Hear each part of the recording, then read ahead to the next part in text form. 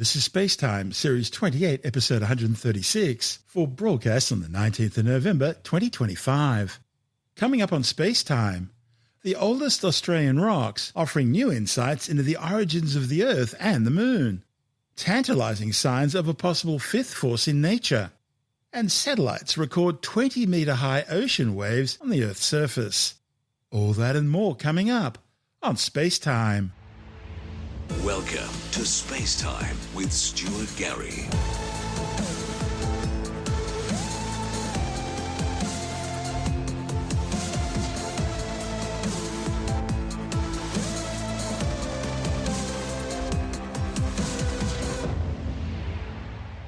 Scientists have opened a new window into the origins of Earth's ancient mantle and continents.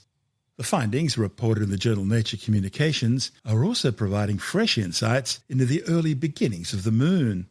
The authors reached their findings by analysing ancient Feldspar crystals within the oldest magmatic rocks ever found in Australia. They examined 3.7 billion-year-old anorthosites from the Murchison region of outback Western Australia. Now, these are the oldest rocks on the Australian continent and among the oldest on the planet. The study's lead author, Matilda Boyce from the University of Western Australia, says the timing and rate of early crustal growth on Earth remains a contentious issue due to the scarcity of very ancient rocks. Boyce and colleagues use fine-scale analytical methods to isolate the fresh areas of plagioclase feldspar crystals which record the isotopic fingerprint of the ancient mantle. The results suggest that the continents began to grow relatively late in Earth's history, from around 3.5 billion years ago, which is around 1 billion years after the planet formed. The study also compared these results with measurements of lunar anorthosites collected during NASA's Apollo missions. Boyce says anorthosites are rare on Earth but common on the Moon. She says the findings are consistent with the Earth and Moon having the same starting composition around 4.5 billion years ago. Boyce says it supports the idea that a Mars-sized planet, which we now call Theia, collided with the early proto-Earth, melding both bodies together into a magma ocean, and ejected debris from that impact event, eventually coalescing into orbit to form the Moon. The question that we wanted to address is looking into when the earliest continents grew on Earth.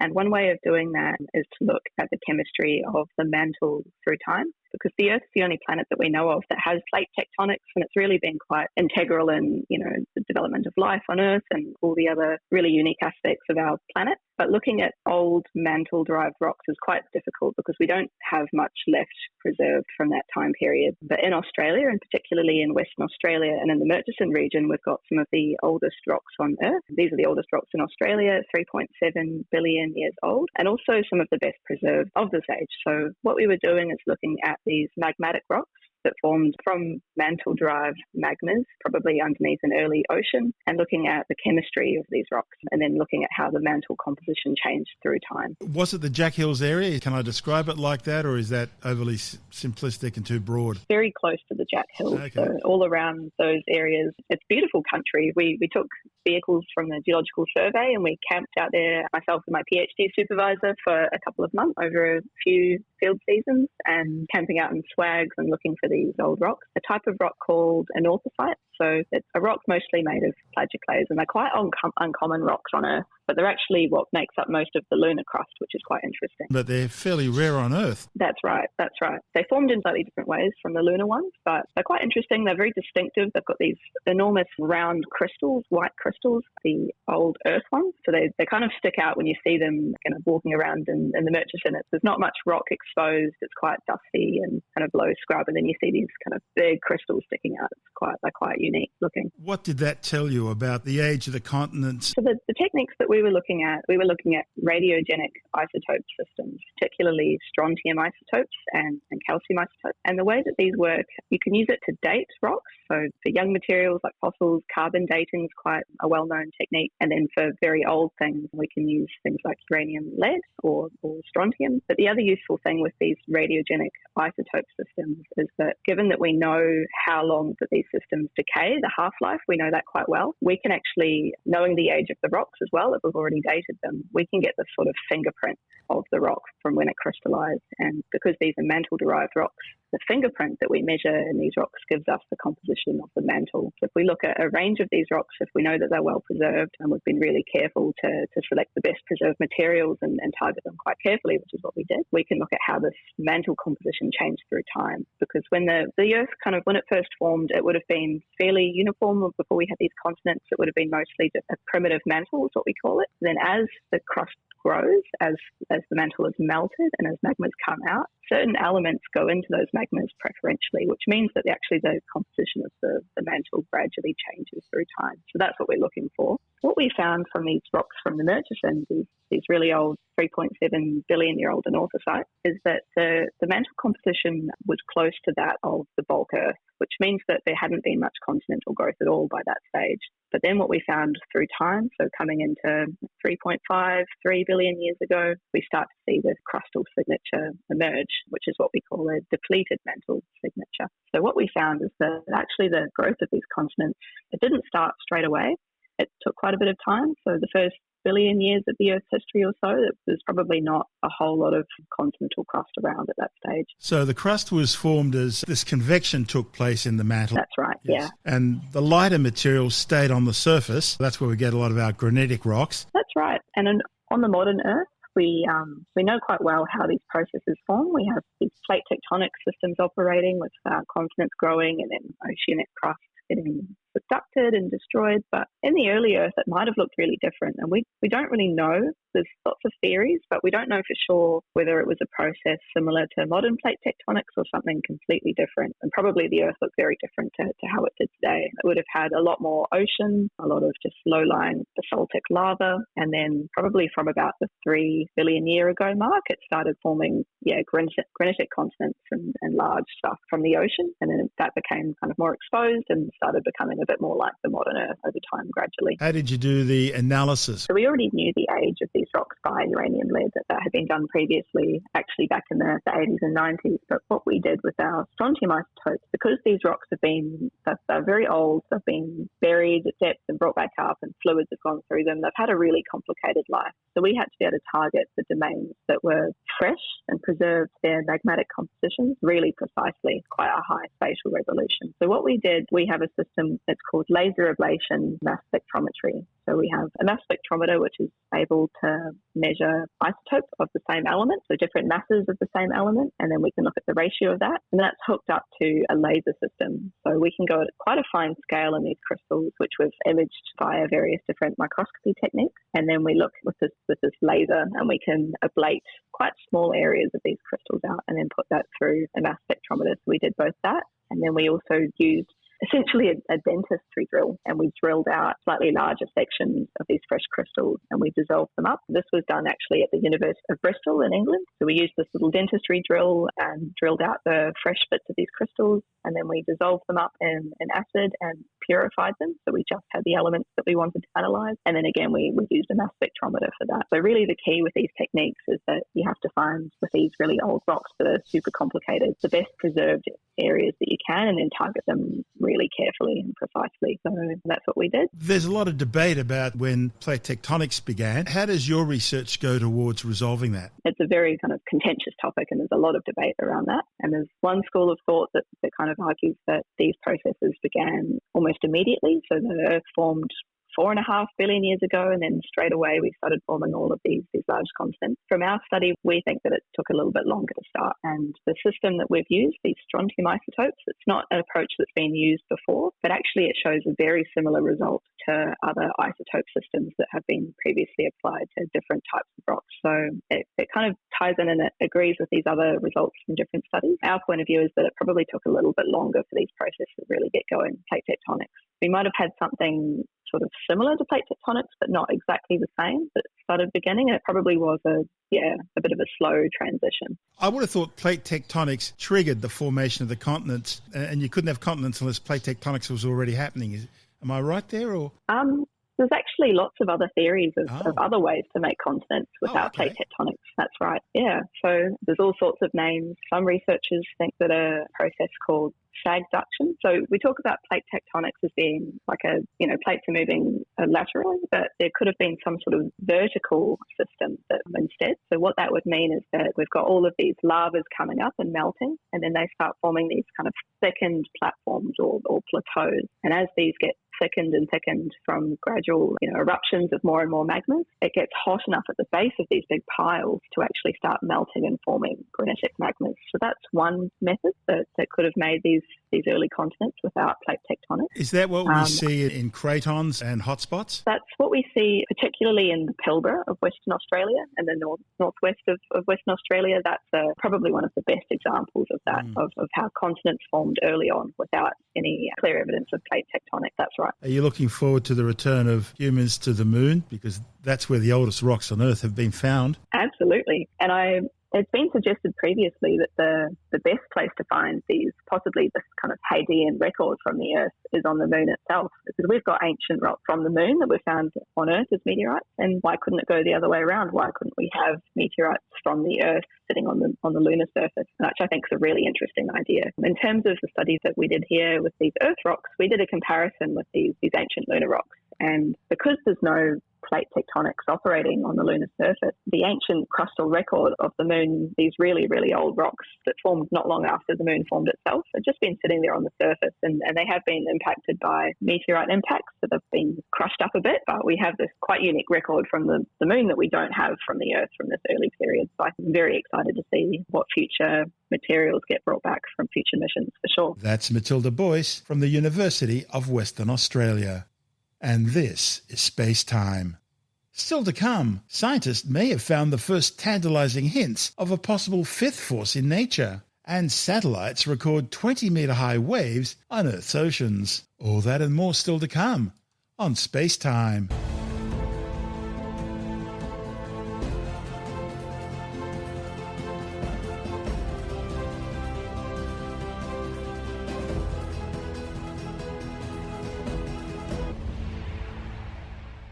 Scientists may have found the first tantalizing hints of a possible fifth force in nature. A report in the journal Physical Review Letters claims physicists using 5 calcium isotopes tracked how electrons leap between energy levels in excited atoms. These jumps reflect the shape of the nucleus, and they should also align in a smooth curve across isotopes, known as a king plot. But the thing is, they didn't. Instead, they consistently revealed a subtle, persistent deviation, which could be a sign of a so far hypothetical force particle dubbed the Yukawa boson. Now, if accurate, the new particle would have a mass of somewhere between 10 and 10 million electron volts. And that would change the standard model of particle physics, which is the foundation stone of science's understanding of the universe. The model describes the 17 elemental particles that make up the cosmos. These include 6 flavors of quarks and 6 types of leptons, including electrons, muons and taus, as well as 3 flavors of neutrinos. Also, there are 5 force particles called bosons. These include photons, which mediate the electromagnetic force, gluons, which mediate the strong nuclear force, that's the one that holds protons and neutrons together, and the W and Z bosons, which mediate the weak nuclear force that causes radioactive decay. These are known as gauge or vector bosons because they have integer spin. Then there's the Higgs boson, which gives particles their mass through an all-pervasive Higgs field. It has 0 spin and is described as a scalar boson. The only force particle yet to be discovered is the hypothetical graviton, which, if it exists, has an integer spin of 2 and mediates the force of gravitational interaction. And like the photon, the graviton is thought to be massless.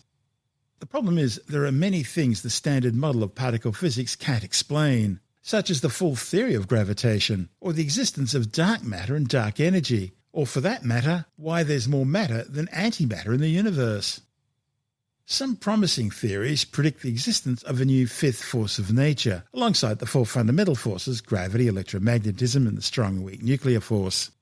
For instance, it's thought that some unknown force could exist between neutrons in the atomic nucleus and electrons in the atom shell. And this force could be carried by a new particle similar to how photons carry the electromagnetic force. Physicists normally conduct experiments using particle accelerators, such as CERN's Large Hadron Collider in Geneva, to search for new particles beyond the standard model, to try and explain these outstanding problems. That's how they found the Higgs boson. But physicists from the ETH Institute in Zurich took a different approach by searching for a new force between the neutron and the electron, using precision atomic spectroscopy to measure atoms with extremely high levels of accuracy. One of the study's authors, Luca Hober, says if this force really does exist in the atom, then its strength would be proportional to the number of neutrons in the atomic nucleus. So, by experimenting with various isotopes, the authors hope to detect this hypothetical force. Isotopes are types of the same atom that differ only in the number of neutrons in the atomic nucleus. This means that isotopes have the same number of protons and electrons and are therefore chemically identical, but they each have different masses. As a result, the total force experienced by the electrons in different isotopes should vary slightly due to the different numbers of neutrons. And this can be measured by examining the energy levels on which the electrons move within the atom. So the authors expect the new force would cause a slight shift in the energy levels between different isotopes. And they can determine this energy shift by measuring the frequency of the light emitted when isotopes transition between two different energy levels. This measurement requires an ion trap, where electromagnetic fields hold a single charged isotope in place and a laser beam then excites it to a higher energy state. The authors use 5 stable, singly charged calcium isotopes, each containing 20 protons, but with a number of neutrons ranging from 20 to 28. They were able to determine the shifts in energy levels of these isotopes with an accuracy of 100 millihertz, which is 100 times more precise than any previous measurements. They trapped 2 isotopes at the same time in the ion trap and then measured them together, allowing them to reduce the interfering noise during the frequency measurement. While the Zurich experiment looked for singly charged calcium isotopes, researchers at the Physikalische Technische Bundesanstalt in Braunschweig used the same isotopes but in a multiply charged state. The German group measured a different transition in these highly charged calcium ions, but with similar accuracy to the Zurich team. And a third group, this time at the Max Planck Institute in Heidelberg, measured the ratios of nuclear masses between these isotopes. All in all, the authors found that existing models could only explain part of the deviation. Another possible cause is the little studied area of nuclear polarization, a type of deformation of the atomic nucleus caused by electrons. Calculations showed that nuclear polarization could be large enough to explain the measured nonlinearity within the limits of the standard model. The findings are important because they provide boundaries on the possible values of the mass and charge of this hypothetical particle which would be transmitting the new force. So the authors are now working to further improve the accuracy of their results by measuring a third energy transition in the calcium isotopes. That will allow them to expand the King plot from 2 dimensions into a 3-dimensional diagram, and that could help them overcome existing theoretical challenges and make further progress in the ongoing search for this new force. Needless to say, we'll keep you informed. This is SpaceTime. Still to come, satellites record massive 20-metre-high waves on the Earth's oceans, and later in the science report, a new study warns that global carbon dioxide emissions are set to rise again this year. All that and more still to come on SpaceTime.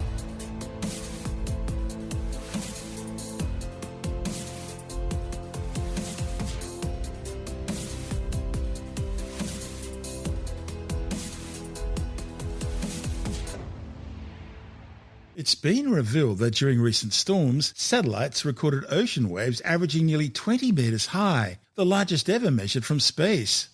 Moreover, the satellite data is now revealing that ocean swells act as storm messengers. Even though the storm itself may never make landfall, its swell can travel vast distances and bring destructive energy to distant coastlines. Driven by wind, waves are at their most powerful during storms. Yet the greatest threat to coastlines often doesn't come from the storm itself, but from the long swells that carry wave energy far beyond the storm's reach. These long waves radiate across oceans, and their properties, such as wave period or the timing between crests, reveal the storm's size and strength. For example, a 20-second period means a large wave arrives every 20 seconds.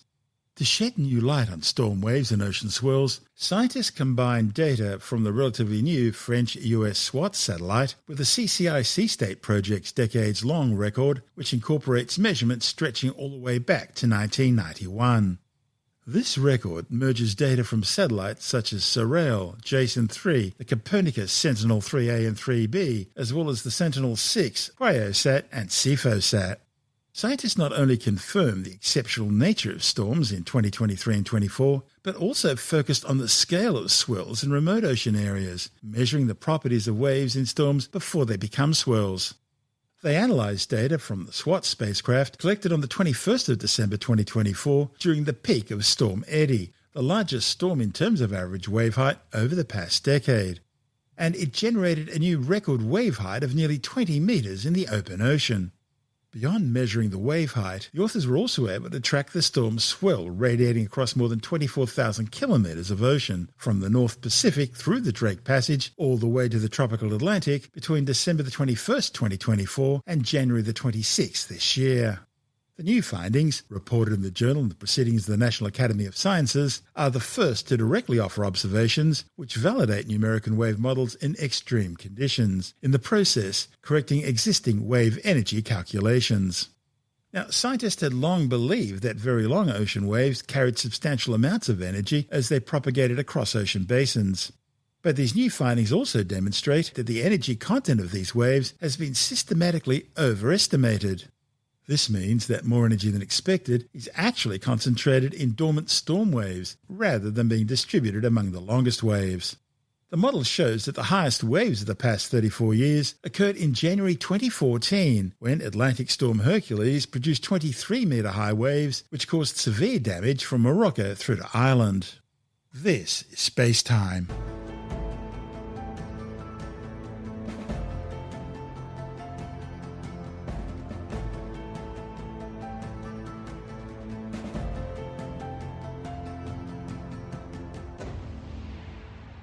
And time now to take another brief look at some of the other stories making news in science this week with the Science Report.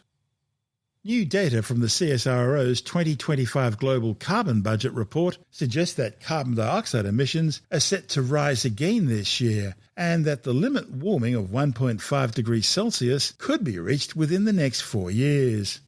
It found global carbon dioxide emissions from fossil fuel use are projected to rise 1.1% this year, with CO2 concentrations in the atmosphere set to reach 425.7 parts per million. However, the report also shows that CO2 emissions from human activities, that's the sum of fossil and land use change emissions, have grown more slowly in the past decade at just 0.3% per year on average, compared to the previous decade's 1.9% per year. Even better news is that emissions from land use change are predicted to actually drop this year. The annual CSIRO report provides an estimate of carbon emissions from key sources, broken down by sector and country, and provides an assessment of the strength of natural carbon sinks such as forests and oceans. It suggests that land carbon dioxide sinks are set to recover to pre-El Niño strength this year, following a strong decrease last year.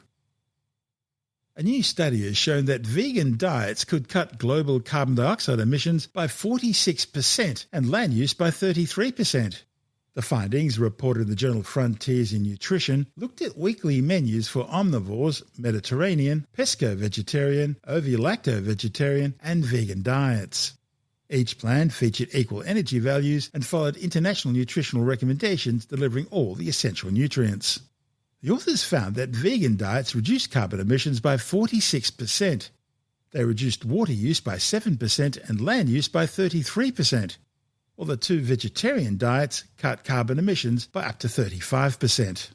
All three plant-based diets were nutritionally balanced, except for small deficiencies in vitamin D, iodine and vitamin B12, which can all be remedied with supplements.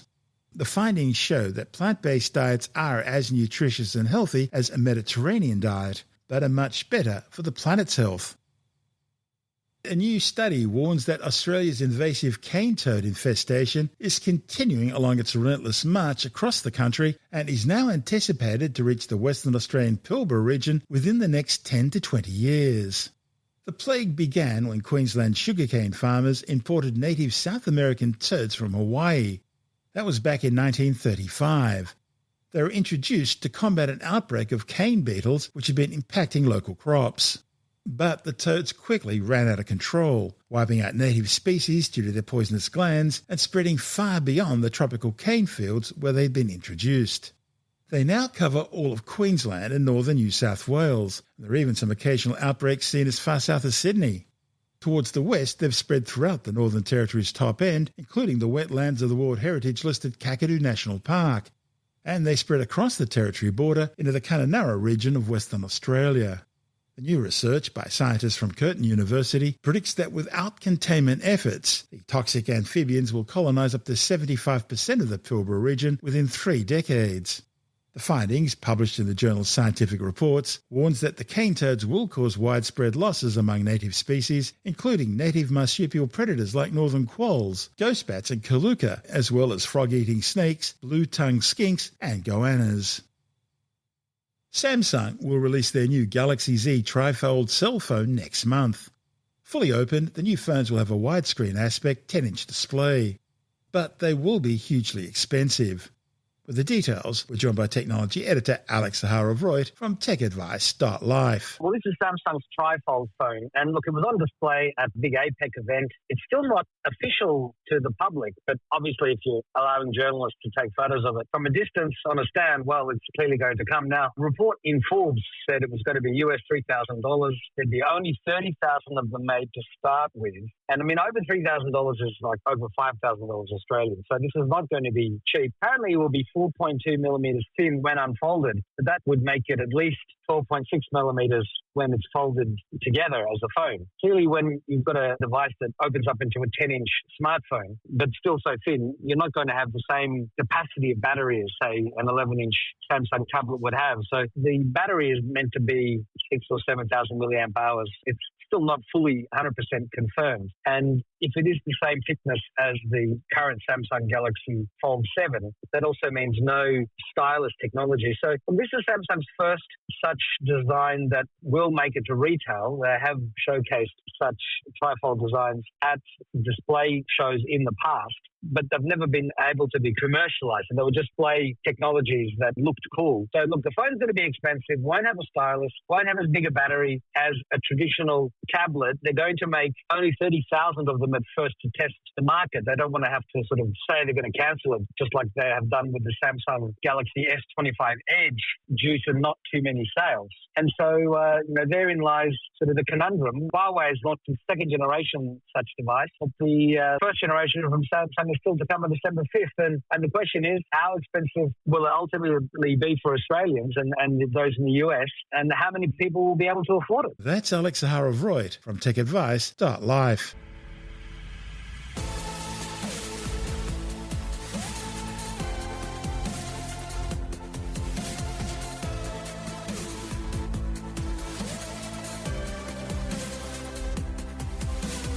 And that's the show for now. SpaceTime is available every Monday, Wednesday and Friday through Bytes.com, SoundCloud, YouTube, your favourite podcast download provider, and from SpaceTimeWithStuartGarry.com. SpaceTime's also broadcast through the National Science Foundation on Science Zone Radio and on both iHeartRadio and TuneIn Radio.